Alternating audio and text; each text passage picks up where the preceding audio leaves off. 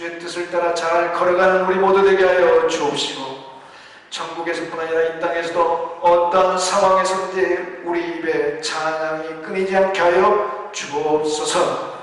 이 시간도 함께 모여 예배하는 우리 모두에게 주님께서 육신의 질병도 치유하여 주시고 상한 마음도 회복하여 주시며 우리 영혼이 깨어나게 하여 주옵소서. 예수님의 이름으로 기도하옵나이다. 아멘. 할렐루야. 사랑하고 축복합니다. 전우자와 사람들 악수 안 하셔도 됩니다. 사랑하고 축복합니다. 인사하겠습니다.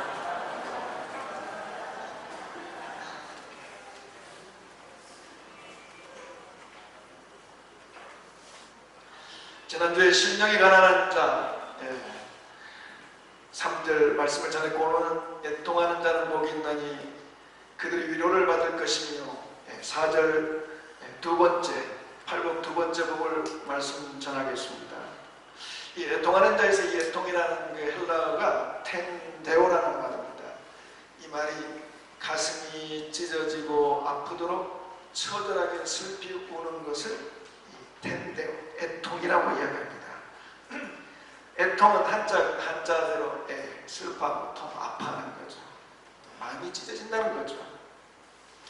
그 마음이 찢어진다는 걸 좀 더 생생하게 하면 창자가 끊어지도록 슬퍼하고 아파한다는 겁니다. 창자가 끊어지는 걸 단장이라고 그러죠. 그래서 애통하는 자 할 때 이걸 사자성어로 말하면 단장치에 창자가 끊어지는 슬픔과 아픔. 그래서 오늘 본문을 좀 더 풀어서 이야기하면 창자가 끊어질 정도로 슬퍼하고 아파하는 자는 복이 있다. 우리가 보통 그 창자가 끊어질 정도로 슬퍼하고 아파하는 경우는 한 경우를 합니다. 사랑하는 것, 또 특별히 사랑하는 사람을 잃어버렸을 때. 더 구체적으로 말하면 하나밖에 없는 자녀를 잃어버렸을 때 오는 이 슬픔을 애통이라고 한답니다. 그래서 우리는 옛날 이 고사의 옛날 이야기 속에서 이 단장치에의 이 좋은 이야기들을 많이 알고 있습니다. 그 중에 제가 하나 여러분에게 나눠보려고 합니다. 옛날에 그 춘추 전국, 중국의 춘추 전국 시대 그 진나라가 총나라를 침공을 했습니다. 그 진나라가 이 병사들을 모집하고 많은 배를 준비해서 양자강을 거슬러 총나라로 진군을 합니다. 근데 이제 그 양자강의 중류에 삼협이라는 곳이 있는데 아주 험준한 곳입니다. 근데 거기가 바로 우리가 요즘 중국 코로나 때문에 자주 듣게 되는데 스촨성과 후베이성, 이 스촨성과 후베이성이 경계랍니다. 근데 마침 거기서 좀 배가 좀 전방에 씌었던 모양이에요. 병사 하나가 원숭이 새끼를 잡아가지고 왔어요. 가지고 놀려고 데리고 오는 거죠. 배가 출발했습니다. 그런데 이 강가로 계속 어미 원숭이가 막 슬피 울면서 따라옵니다. 그런데 약 100리, 약 40km 정도 갔더니 이 강폭이 좁아졌어요. 배하고 이 강가하고 가까워졌는데 그 어미 원숭이가 힘을 다해서 배를 향해 나가 뛰어들었어요. 그리고는 그 배에 딱 떨어지자마자 죽어버린 거예요. 그래서 병사가 그 배를 갈라봤더니 이 창자가 토막토막 났더라는 거죠. 그러니까 이 어미 원숭이가 그 배에서 죽은 건 따라오면서 자식 잃은 그 슬픔 때문에 슬피 울다가 창자가 끊어져서 죽은 거죠. 그 예수님이 오늘 그 팔복의 두 번째 복에서 그 이야기 하는 겁니다. 그 단장치에 애통을 하는 자가 복이 있다. 그러면 우리가 여기서 이제 질문을 해봅시다. 우리가 뭐 때문에 애통해야 됩니까? 이유는 많습니다. 만약에 우리가 죽을 병이 들었다면 정말 우리는 애통해야 되죠. 애통해야죠. 하나님 앞에서 우리는 애통해야 됩니다. 하나님 살려주십시오. 또 우리가 가난하다가 막 가난에 찌들어서 헤어나오지 못한다면 또 애통해야죠. 하나님 하나님께서 우리를 구원해 주세요. 또는 극한 외로움, 그 극한 외로움이 있다면 우리는 하나님 앞에 애통해야 될 것입니다. 그 괜찮습니다. 그러나 오늘 본문에서는 그리고 정말 하나님이 기뻐하는 애통이 있습니다. 그건 바로 우리 죄에 대해서 애통하는 것입니다. 왜 우리가 죄에 대해서 창자가 끊어지도록 아파하고 슬퍼해야 됩니까? 죄의 결과 사망이기 때문입니다. 죄의 싹은 사망, 즉 죄의 결과는 심판이요, 죄의 결과는 저주요, 죄의 결과는 죽음이요, 죄의 결과는 지옥이기 때문에 그렇습니다. 만약 우리가 우리의 죄를 해결할 수 있다, 죄를 끊을 수 있다, 또는 우리가 죄의 값을 우리 스스로가 지불할 수 있다면 애통할 필요가 없죠. 그러나 여러분, 우리가 마음 먹고 결단한다고 죄가 끊어집니까? 안 됩니다. 우리는 죄를 이길 힘이 없습니다.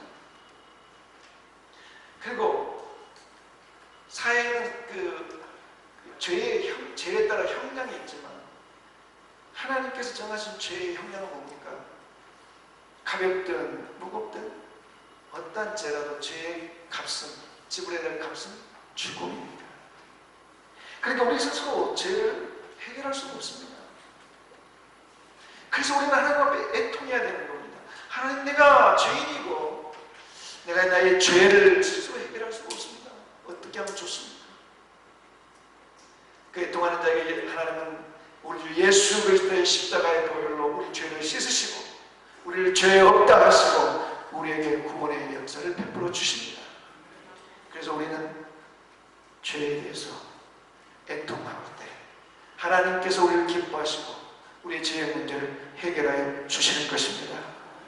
우리 모두가 우리 죄에 대해서 애통하는 은혜를 다 함께 누리시기를 축복합니다. 여러분, 제가 여러분도 그런 궁금증 갖고 계시지 않습니까? 예수님의 12제자 중에 왜 베드로가 수제자가 됐을까? 예수님은 왜 베드로를 수제자로 삼으셨을까? 사실 이 베드로의 이 성품이나 이렇게 이 성경에 기록되는 베드로의 모습은 지도자로서는, 리더로서는 좀 많이 부족합니다. 매우 이 사람은 포카페이스 할 줄은 모릅니다.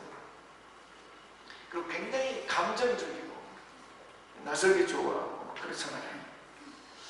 그럼에도 불구하고 예수님은 그를 수제자로 세우셨고, 또한 다른 어떤 제자들의 이야기보다 이 사복음서에 베드로 이야기가 많습니다. 근데 저는 이 베드로가 예수님이 베드로를 수제자로 삼으셨던 그 이유를 꼽으라 딱 두 장면을 꼽습니다. 하나는 가이사라 빌립보에서 그가 예수님께서 사람들이 나를 누구라 하느냐? 그러면 너희는 나를 누구라 하느냐라고 제자들에게 물어보셨을 때 대답했죠. 주는 그리스도시요 살아계신 하나님의 아들입니다. 와, 주님이 그러셨죠. 이 반석에 교회를 세우리라. 그리고 베드로야, 이것을 알게 하면 너가 아니고 우리 하나님 아버지다.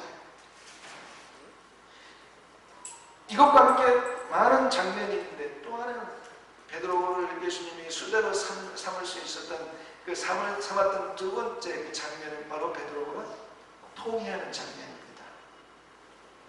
예수님께서 잡히시던 날에 식사를 유월절 만찬을 제자들과 함께 한 후에 예수님 말씀하셨죠. 오늘 밤 너희들이 다 나를 버리리라. 베드로가 다 버리더라 나를 버립니다. 주님께서 말씀하십니다. 닭이 울기 전에 내가 나를 3번 부인하리라. 그럴 일 없다고. 여러분, 사람들이 아무리 버리지 않는다고 해도 사람은 믿을 수 없죠. 어쨌든 간에 그날 밤 예수님이 잡혔습니다. 대제사장 집에 끌려갔습니다. 대제사장 앞에서 심판을 받았습니다. 베드로가 그 멀찍이 주님 따라가서 대제사장의 뜰에서 사람들과 함께 불 쬐고 있었습니다. 여종 하나가 와서 너도 갈릴리 사람이다. 저 예수와 같은 도당이다. 아니라고. 그런 일이 3번 됐는데 저주하면서까지 자기는 예수님을 모른다고 이렇게 부인을 했습니다. 세 번째 부인할 때 정말 그때 마침 예수님이 말씀하신 대로 닭이 울었습니다. 그 닭소리를 듣자마자 베드로가 밖으로 나가서 심히 통곡했다 했습니다. 통곡하였다. 클라이오, 클라이오. 이 뜻이 큰 소리로 울부짖었다 이런 뜻입니다. 베드로가 나가서 큰 소리로 가슴을 치며 울었어요. 근데 그 클라이오 앞에 또 뭐가 붙었습니까? 수식어가 붙었잖아요. 심히, 그러니까 아주 큰 소리로 통곡하며 울부짖었다는 거죠. 왜 그가 심히 큰 소리로 울부짖으며 통회했죠? 자신의 죄 때문이죠. 예수님을 부인한 죄.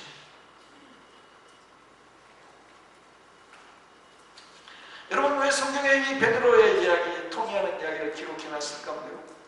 베드로가 잘못했던, 예수님을 부인하던 죄를 기억하라고 우리에게 기록해놨을까요? 아닙니다. 주님께서 그가 저주하면서까지 나를 부인, 그것도 3번이나 부인했지만 그는 자기 자신의 죄를 통회하며 회개했다는 것을 우리에게 알려주려고 기록한 것입니다. 그렇습니다. 그 베드로는 아름다운 고백, 그 믿음의 고백과 함께 그 자신의 죄에 대한 심한 통곡을 함으로써 하나님께서, 예수님께서 그가 수주자가 될 수 있다, 그렇게 하신 것입니다. 사랑하는 성도 여러분, 우리 모두는 죄인입니다. 그렇지만 우리는 예수님의 십자가로 우리 죄의 용서를 받았습니다. 우리 모두가 죄를 용서받았다는 걸 우리 다 믿습니다. 그래서인지 그 예수 믿는 사람들은 죄를 애통하는 것이 별로 없습니다. 그리고 죄를 짓는 걸 아주 가볍게 생각합니다. 하나님의 심판에 대해서 별로 무서워하지 않습니다. 그런데 여러분, 예수님이 우리들의 죄값을 치르시기 위해서 십자가에서 못에 박히고 창에 찔려 몸을 찢기시며 피를 흘리시며 그 고통 중에 애치신 말씀 중에 엘리 엘리 라마 사박다니가 있습니다. 나의 하나님 어찌하여 나를 버리시나이까.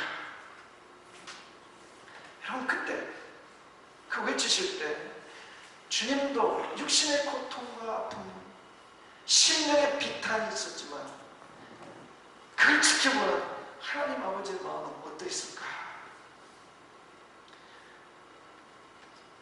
오늘 초반에, 설교 초반에 그 원숭이의 어미 단장지의 이야기를 했습니다. 부모의 마음이지겠죠. 자, 그래서 예수님께서 그 고통하며 고난당하는 그 장면을 아버지께서 바라보실 때 아버지의 마음이 어떤 건지 직접적인 묘사는 성경에 없습니다. 그러나 우리가 성경에 예수님 십자가에 달린 그 장면을 볼 때 제6시, 예수님 달리시고 계셨던 그 시간 제6시부터 12시부터 9시, 오후 3시까지 어둠이 그곳에 임했다고 했습니다. 온 땅이 캄캄했다고 했습니다. 그 어둠이 임해서 온 땅이 캄캄했다, 이 표현을 통해서 하나님 아버지의 마음을 보여준 겁니다. 아버지의 마음이 멍이 들고 캄캄해진 거죠. 그렇습니다. 예수님이 십자가에서 몸을 찢기시고 고통당한 이유가 누구 때문입니까? 죄 때문입니다.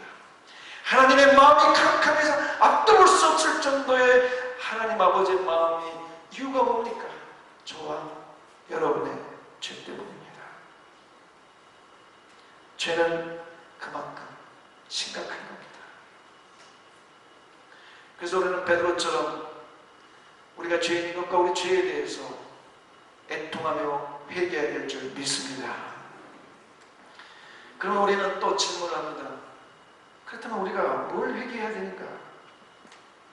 이 질문이 참 고민스럽습니다. 내가 뭘 회개해야 되지? 회개할 게 별로 없어요. 우리 중에 여러분, 교도소에 갇힐 만큼의 큰 죄를 지은 사람이 있습니까? 있더라도 여러분, 드러나지 않는데 우리 자신이 그런 큰 죄를 짓지 아니하기 때문에 우리는 우리 죄에 대해서 애통하고 회개하고 그럴 일 별로 없습니다. 그러나 여러분, 죄가, 우리가 성경을 볼 때 여러분, 죄가 세상이만한 죄가 아니잖아요. 하나님과의 관계를 단절시키는 모든 죄, 우리들의 사회 행위적인 죄 뿐만 아니라 우리의 심령의 죄, 마음의 죄, 생각의 죄, 우리들의 영적인 죄까지 우리는 하나님과 단절시키던 수많은 죄를 지고 있습니다. 여러분, 사람들이 이 의의를 제기합니다. 무슨 의의? 아담과 하와가 에덴 동산에 있는 선악과를 따먹었는데 그게 무슨 큰 죄냐? 무슨 그게 에덴 동산에서 쫓겨날 만큼 모든 것을 다 빼앗길 만큼 큰 죄냐? 여러분, 그런 하나님에 대한 저항에 그게 무슨 죄냐라고 저항하는 잘 보여주는 게 애플의 로고 있잖아요. 애플 로고가 뭐예요? 사과. 근데 그냥 사과가 아니요, 한입 베어먹은 사과. 저는 그 애플 로고를 보면서 딱 이 사람들이 얼마나 하나님 앞에 반항하는가. 아니, 선악과 하나 따먹는 게 뭔 죄야? 라고 하나님 앞에 외치는 것 같아요.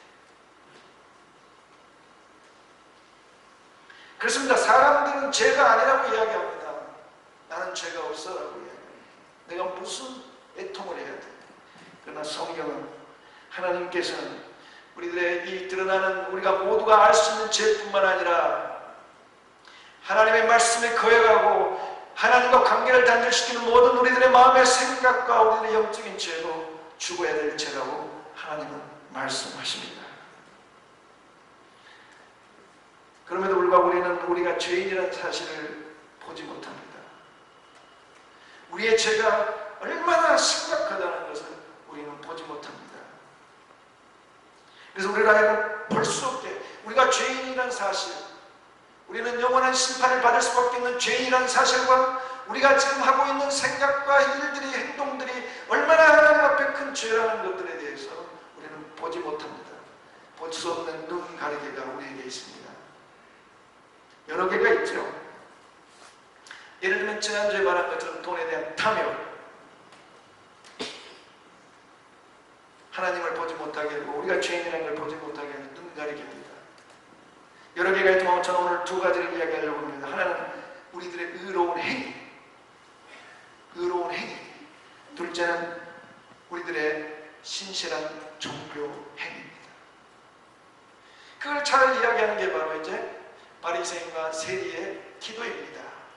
바리새인이 누굽니까? 바리새인들은 자신의 인생을 구별했습니다. 하나님 말씀을 준행하기 위해서. 세리는 누굽니까? 돈을 벌기 위해서 자기들의 영혼을 판 사람들 아닙니까? 그래서 예수님 당시 세리, 로마의 세무관원들, 그 유대인 세리들을 향해 가장 악한 죄인이다 손가락질했죠. 하나님 앞에 가장 의롭게 살려고 자신을 구별하는 한 바리새인과 이 세상에 돈을 벌고 무슨 죄라도 짓겠다는 세리 두 사람이 성전에 기도하러 갔죠. 바리새인이 하나님 앞에 이렇게 기도합니다. 하나님, 나는 토색과 불의와 간음을 하지 않았습니다. 토색이 뭡니까? 남의 물건 빼앗는 거죠. 토색, 불의, 간음 안 했습니다. 그러니까 이 사람은 얼마나 선한 사람이에요. 남의 걸 빼앗지도 않아요. 불의한 인생, 불법을 저지르지도 않아요. 간음 성적으로 성결해요. 이런 사람이 뭡니까? 소금과 빛처럼 사는 사람 아닙니까? 모든 사람에게 칭찬과 존경을 받아야 될 사람입니다. 이 사람은 여러분 의로운 행동을 하는 의로운 삶을 사는 사람입니다. 그 다음에 바리새인이 또 하나님께 기도합니다. 하나님, 저는 일주일에 2번 금식합니다. 소득의 11조를 드립니다. 와, 일주일에 2번 금식. 우리 중에 일주일에 2번 금식하는 사람, 매주마다 일주일에 2번 금식하는 사람이 누가 있습니까? 소득의 11조. 여러분, 우리가 온전한 11조를 드립니까? 이 사람은 얼마나 종교적으로 신실한 사람이고 하나님 말씀 앞에 순종하는 사람입니까?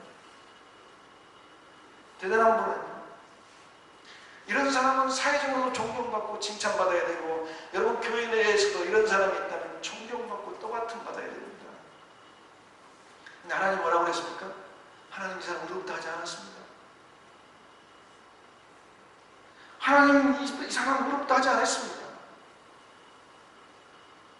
오히려 그가 멸시하던 세리를 더 의롭다고 하나님이 하셨습니다. 그러면 이 사람은 왜 의로움을 인정받지 못했습니까? 자신의 죄를 보지 못했어요.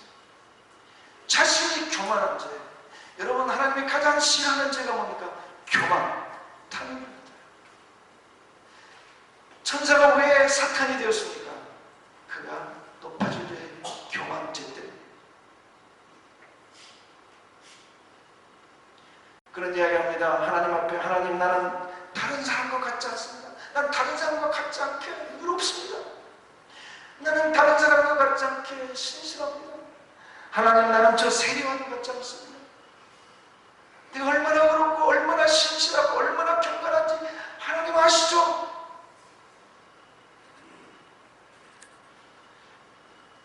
그의 의로운 빛과 소금과 같은 의로운 행위와 모든 사람이 따라야 될, 본받아야 될 종교적인 신실한 그 종교 행위가 눈가리기가 되어 자신이 하나님 앞에 교만한 죄를 짓고 있다는 것을 보지 못하겠습니다. 세리는 바리새인과 달리 토색하는 사람이죠. 다른 사람의 물질을 빼앗는 사람입니다. 빼앗았습니다. 불의한 생활을 했습니다. 그런 사람이 일주일에 2번 금식을 했겠습니까? 한 번도 안 했겠죠. 그렇다고 그가 소득의 11조를 드렸겠습니까? 유대인의 이 성경에 빼앗은 돈에 11조, 도둑질하는 돈 11조 드리지 말라 그랬습니다.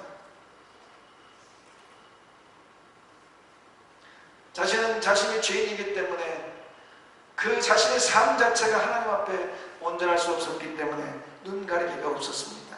그래서 자신을 볼 수 있었습니다. 그래서 그의 기도가 바리새인과는 전혀 다른 기도를 합니다. 이렇게 이야기합니다. 세리는 멀리 서서 감히 눈을 들어 하늘을 쳐다보지 못하고 다만 가슴을 치며 이르되, 따라하겠습니다. 하나님이여 불쌍히 여기소서. 하나님이여 불쌍히 여기소서. 나는 죄인입니다.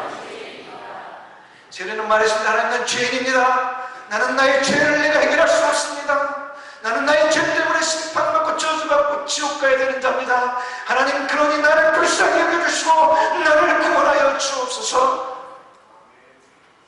그런 자신의 가슴을 쳤습니다. 우리는 바리새인과 세리의 이야기 속에서 놀라운 영적인 진리를 하나 봅니다. 여러분, 하나님은 예수님 우리에게 빛과 소금의 역할을 하라 했습니다. 의로운 생활을 하라고 했습니다. 여러분, 금식을 하고 소득의 11조를 온전히 드린다는 것은 이 사람이 하나님을 얼마나 사랑하고 하나님의 말씀에 얼마나 깊이 순종하는지를 알 수 있습니다. 다 이거 하나님이 원하는 겁니다. 그렇게 살아야 됩니다. 그런데 이 세리는 그렇게 살지 못했습니다. 그가 하나님 앞에 와서 한 일은 그겁니다. 하나님, 난 죄인입니다. 나는 내 죄 문제 해결 못합니다. 나를 불쌍히 해주시고 나를 구원해 주십시오.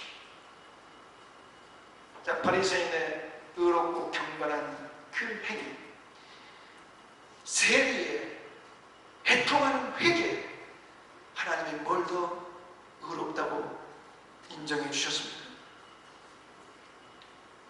죄를 애통하며 회개하는 그것을 하나님이 더 높여주셨습니다.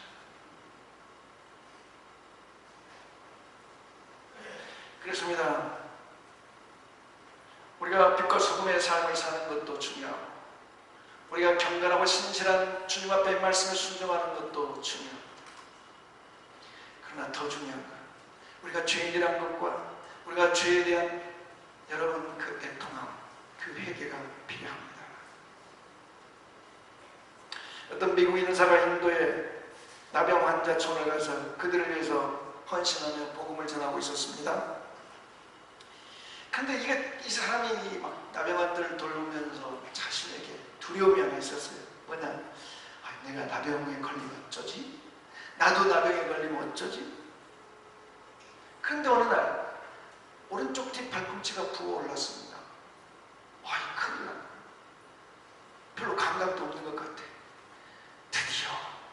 드디어 나도 이 나병에 걸렸구나. 슬펐습니다. 그 옛날 그 의사였기 때문에 주사바늘 가지고 그 부어오른 발 뒤꿈치를 팍 찔러봤습니다. 찔리자마자 그 입에서 터져나온 아이고야 뭐요? 감각이 있었던 거예요. 그 부은 것은 나병이 아니었던 거예요. 너무 기쁜 거예요. 나병이 아니구나. 이 부어오른 살에 감각이 있구나. 여러분 그렇습니다. 죄에 대한 감각, 나의 죄에 대한 감각은 내 영혼이 살아있다라는, 깨어있다라는 여러분 증거입니다. 우리가 우리 죄에 대해서 애통하며 회개하지 않는 것은, 내가 다른 사람보다도 낫다고 우리가 생각하며 행동하는 것은 우리의 영혼이 병이 들어서 잠자고 있다는 증거입니다. 사랑하는 성도 여러분, 축복합니다. 여러분의 죄에 대한 영적 감각이 살아나기를 축복합니다. 여러분으로 애통하며 회개하는 은혜를 누리시기를 축복합니다. 그런 사람에게 하나님은, 예수님은 막 복을 주신다 합니다. 그 복이 위로의 복입니다. 애통하는 자는 복이 있나니 그들이 위로를 받을 것이다. 여러분, 위로받는 게 무슨 여러분 복입니까? 위로라는 게 그런 거잖아요. 우리가 이해하는 위로, 말로 괜찮아, 힘들지, 힘내. 아니 뭐 그 위로가 무슨 그까짓 게 무슨 복이야.